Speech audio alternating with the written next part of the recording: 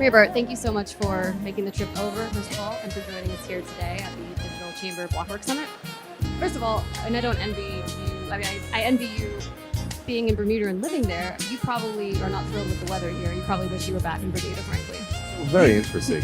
This morning we came out of the hotel, it was very sunny. Then we got here and it was not sunny. Yeah, it is pretty cold, but don't worry, we'll be all right. Yeah. Everyone, you can come and visit us in Bermuda. It is not this cold. I will be definitely coming with it. I want to start off. You've been in this space for a number of years, 7+ years. You've been also a frequent attendee at these events, these crypto industry events in the U.S. Tell me how the vibe has changed. Do you feel a significant shift in the attitude and sort of the vibe here as opposed to these last couple of years with the regulatory changes that we've seen from the Trump administration? Well, what I would say is that it is great to see, being a little bit funny here, the United States taking Bermuda's lead and finally, getting ready to try to give regulatory clarity to the digital asset sector in the United States. But I think it's changed because people are encouraged. They're encouraged that through the pastime of living through regulation by enforcement, not having clarity, certainly, and the level of excitement which we're seeing, it's certainly helpful. But for us in Bermuda, we've known this, we've done this, and we're here to make sure we spread the message to policymakers around what it is that we've done. But the challenges that we still have in this space to make sure that it actually fulfills its purpose of making financial services more efficient. So spreading that message, are you meeting with policymakers, kind of giving advice? Maybe this is how we do it in Bermuda. This is how you should do it in the U.S.?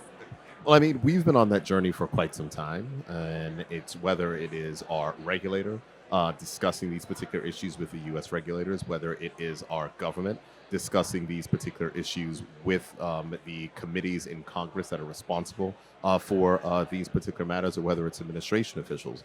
We share what it is that we've done. We don't hold what it is. I actually, in the green room, met someone who helped us write our first regulations, and noting that those have been spread to many countries around the world. But we have given that testimony, we have shared, and we're going to continue to share that particular message. But this is a great event, so we've been able to just basically in the green room, talk to Chairman of Senate Banking, Chairman of House Financial Services, Chairman of just some celebrities committee. Here. Oh no, it is, and so it is certainly worthwhile. But this is not the first time we've been having these conversations with these persons.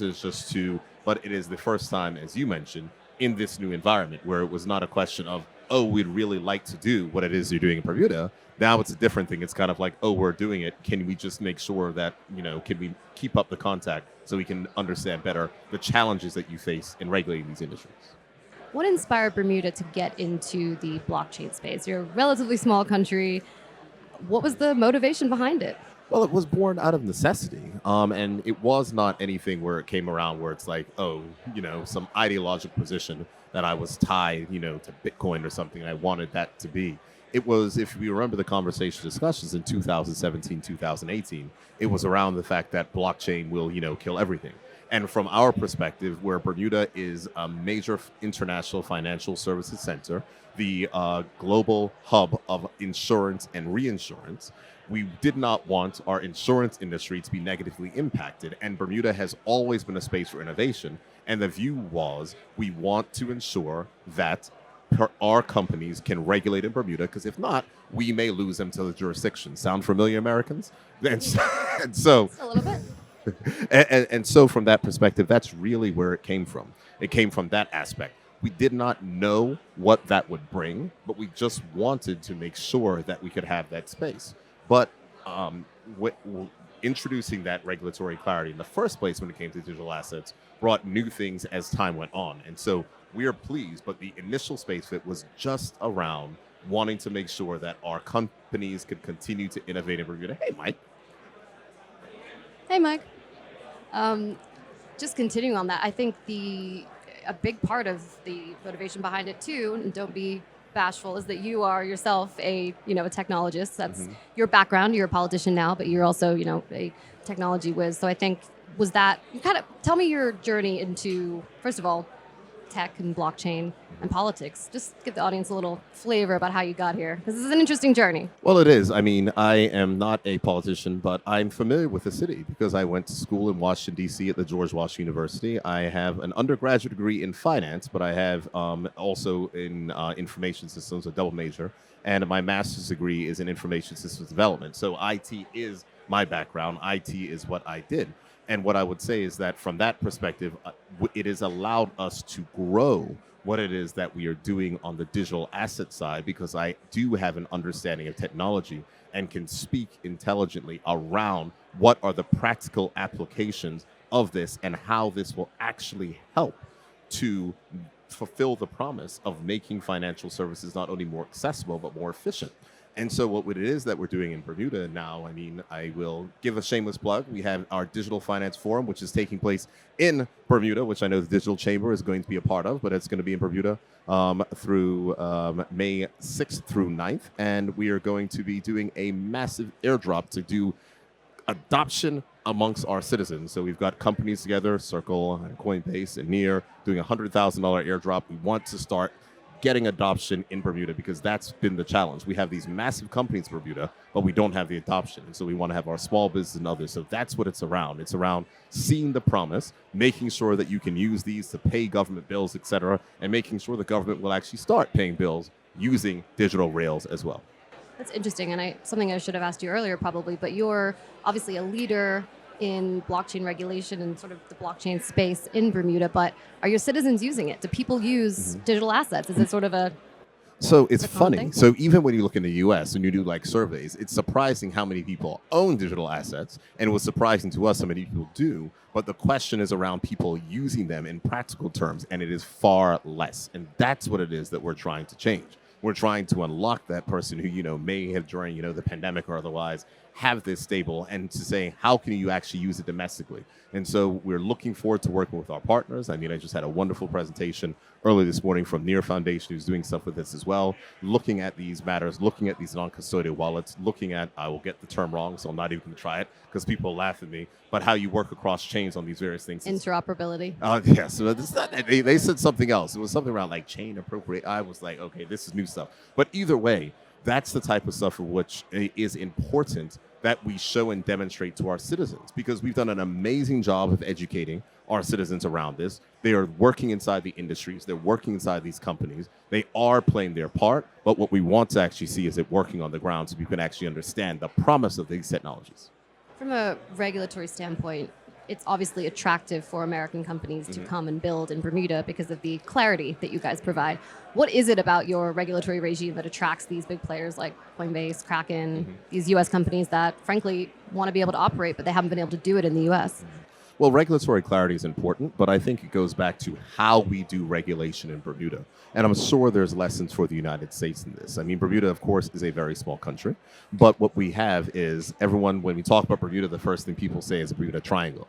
Well, our Bermuda Triangle is the link between the regulator, the government, and industry. And what we do is we have a constant feedback loop. So when we put into place the Digital Asset Business Act, which has 3 tiers of licensing, a test license, a sandbox license, and a full license, we continually get feedback from companies that are there in the space saying, what are the new trends? What are the things of which we need to be looking out for? So we added clarity for derivatives in 2019 based on feedback which came from companies that were looking to do in Bermuda. We added regulatory clarity in 2021 around lending and staking as well. And so when you have all of those things that are added, but it's just coming from the feedback, and that is something that I think the U.S. can learn from. It is work with industry. Understand, we've been holding roundtables with industry for the last 6 years, trying to get to understand their needs and making sure that we put the regulation in place that works and that matters. I think good regulation is a mix of being able to innovate, but also to protect, right? Protect consumers, protect companies in the space. I think a big problem, at least in the last 4 years with the U.S., was the over-focus on the protection side, which is obviously what we want. We don't want loose laws. We want everybody to be, safe. But the innovation side was lacking. So how do you guys in Bermuda balance those two things to make it sort of the perfect regulatory situation? Well, I think it's a little bit easier for us in Bermuda because part of the Digital Asset Business Act, when we brought the regulatory clarity, was to make illegal all digital asset business activity that was not licensed. The challenge, of course, in the U.S. is that where there's a gray areas, and we have to be real. In crypto, there are some bad actors, and so there are those particular challenges that do exist. So, from a Bermuda perspective, we don't have that. We made it clear from the beginning: if you're going to be doing a digital asset business, you have to go through the licensing regime, and that license regime does allow that opportunity. But you actually have to be able to license companies. You actually have to be able to work with persons, and we had our teething pains at the beginning, because we were doing this before there were things like FATF and all the international regulations around how you're to handle compliance risks, how you're to handle AML risks. So it was kind of slow, but there is no one who will say that the Bermuda Monetary Authority is an easy regulator. We are anything but we do provide the clarity that allows these companies to actually operate and do things that they are stunned when they come to visit us. They're like, oh, we didn't even know that you could do these things. And it's like, yes, that is the nature of it. So we're proud of what we've done, and we encourage persons, to come and see more of what we've done, and we encourage persons to understand and take what we have and share that in your countries or in your states or with your particular, representatives, because it can be done. This can be regulated in a safe way, and it can work. So in practice, you guys are big proponents of come in and talk to us. We want to work with you. We're seeing that a little bit more now in the U.S. with the SEC task force held its very first roundtable with industry last week. It was a success. They've announced another 4. But I assume this is something that you guys have been doing for a long time. Is that in practice? It's basically just open communication? Absolutely. I mean, there is a beauty about being in a country where you can, go and actually visit the regulator and sit down with the regulator or see them, at the local coffee shop. And that's the nature of what we try to do. And it is fortunate, but it is what has worked with us. We didn't start this with crypto. It's the same thing we have in insurance. It's the same thing we have in other financial services. And that's how we look at digital assets. It's just another avenue of financial services. So we're excited for what the future will hold, because while the U.S. is catching up to where we are there, we have more stuff for which we're pressing forward into the future. What lessons can the U.S. learn from the steps that you guys have taken in Bermuda? I would say, do not try to boil the ocean. Do not try to do everything at once. I mean, talking to some of the congressmen and senators that are here, it's, I was having conversations back with senators way back in 2021 where they were sure they were going to get something done in the lame duck session of 2022, and then sure they're going to get something done in the lame duck session in 2024. The fact is, if you try to boil the ocean and try to do everything, it will be difficult. Start, get something on the books, and then continue to build upon it. It is a lot easier to go at it that way. And that is what we did. We didn't try to do it all at once. People said, oh, what about this? What about that? No, get it working first. Build on it year by year so that you can bring that clarity. And what lessons have you learned personally as you've been on this journey? You said on this trip or on this journey? On this journey. Oh my, I'll get myself in trouble. Well, the first thing is that trust your regulator to license companies and never take pictures with companies that are not regulated by your regulator, because those pictures will come back to bite you. And so the fact is that nowadays it is a simple rule: no, only with companies that are regulated by the Bermuda Monetary Authority, because we have to understand and recognize that they're just in traditional financial services where there could be bad actors. There's also bad actors in this area of financial services, and you have to trust your regulator to know and understand what the risks are, know that they have better information, know they're speaking to other regulators. And so from our perspective, we are the evangelists. We tell people what it is that we do in Bermuda. We tell persons that it is an ideal environment. But when we say, you have to get past our regulator, and if they don't get past our regulator, I'm sorry, don't come to me, because I can't help you. You have to get past the regulator. And also, don't talk about meme coins in public? We'll go on. No comment. So looking ahead, some of the emerging trends in digital finance, right? You guys have obviously been on the scene a long time. You mentioned insurance. What are the other sort of industries or, targets, I guess, that you guys are looking to, bring into the country to kind of like boost the digital asset economy, as it were? Well, I mean, the biggest thing in the future, I will just say, touch on the question in regards to insurance. When it comes to insurance, Bermuda is also the home of a number of digital asset insurers as well. So for people who we have natives, so this is how forward-thinking our regulator is. And I see a whole lot of people with headphones and listening to this. Our regulator licenses companies in Bermuda that their entire insurance balance sheet is in digital assets, where you can pay your premiums in digital assets, the balance sheet is in digital assets, you get your claims in digital assets. That is what is actually happening. That's been happening in Bermuda for about 3 years with our innovative insurers. But the next step is to focus on the challenge of regulation and reg tech per se. And so we are this year going to be launching our Digital Identity Service Provider Act, where we're going to be licensing identity service providers. And the identity service providers that we are going to be licensing are those who can issue that digital identity. If you are issuing a digital identity and you are licensed, that means it's going to be trusted for use by the government and trust for use by other institutions that have to rely on that information to smooth down and to reduce the cost of compliance, because compliance in this space is very difficult. I didn't see you all that time, Frank. Good to see you, my friend. So this is what the next step is, because identity is huge. And when you talk about all the parts of the ecosystem that have to work together, yes, there are rules in digital assets. You need to make sure that you are handling the compliance risk in addition to the custody risk and the cybersecurity risk, but you need to make sure that you're handling the compliance risk. That is an expense for some companies, and we want to find ways through regulation to make it work. And it's really weird to go around the world and say we come from a country where our strength is regulation, but the reality is that is our strength. Regulating things, regulating it well, and regulating it so it works. How about AI? Well, AI is, the big buzzword. We're certainly going to be touching on that. The Decentralized AI Society is actually one of the sponsors of our Digital Finance Forum that is going to be taking place in Bermuda, May 6th to May 9th. And Plug again? Eleanor, you want to come to Bermuda. I know you do. But the reality is that AI is part of, the promise of digital assets. And when you talk about what the future holds, I'm not an expert in it, so I don't want to talk about it. But I mean, say and speak on those particular matters. But the reality is that, yes, that is necessary. And from a government perspective, like all governments around the world, we are scaling up in AI. We've been using things in AI. But the intersection of AI and digital assets is something that will certainly be explored. And we're looking forward to hear back from industry on what that looks like. I want to just circle back to, and I hate to bring it up too much because I think it's just depressing, but the last administration and the last SEC. Mm-hmm.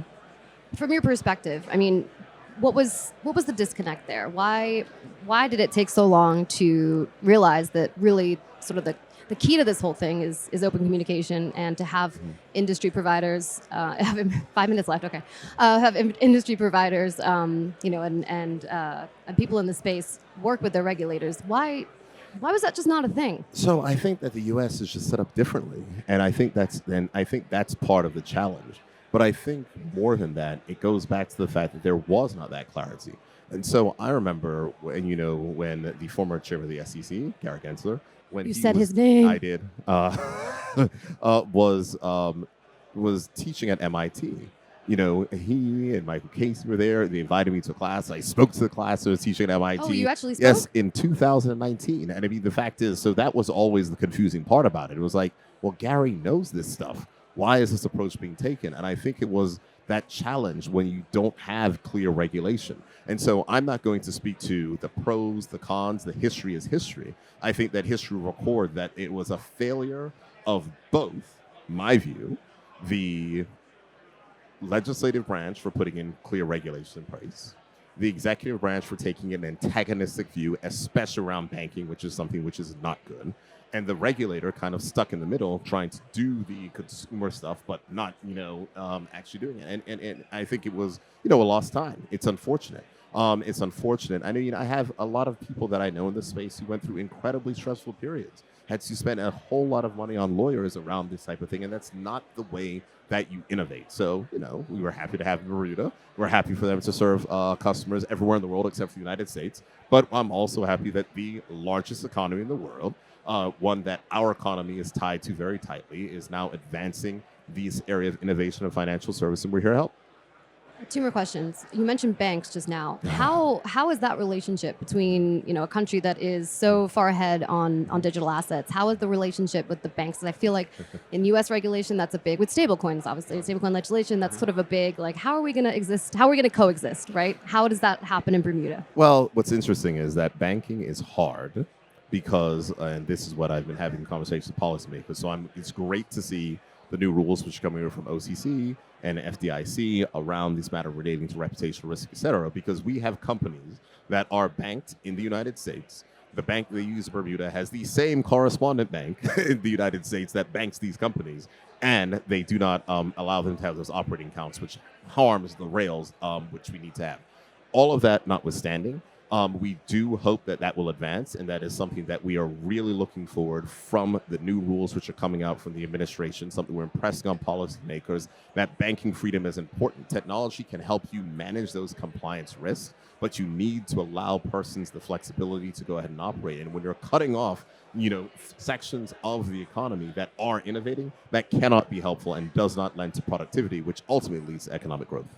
You think sandboxes will be the way to go in the U.S.? Absolutely. I think sandboxes are helpful. It allows regulators the opportunity to learn, to understand, to experience, and then to go ahead and put in place regulation. So no question about it. Awesome. Last question. For those watching, if they had one thing to take away from this panel with you and I today, what would you want it to be? What would it be? It would be for those people who are American, who want this industry to survive or to thrive in this country. It is to say that, tell your legislators they don't have to build it from scratch. They can look at other places that have done it. For others who may be curious about what it is that we do in Bermuda, I encourage you to check us out at the Digital Finance Forum, which will be May the 6th through 9th in Bermuda. My team told me to say that multiple times. You see, I'm doing it right there. But the reality is that, it's great to see what's happening. Please be engaged and remember that there are not all good actors in this space, but we're seeing a lot more that are coming to this space that are doing things that are really good. And it's amazing to see how far we've come since 2018. Well said. Premier Burt, thank you so much. Thank you so much, Anna.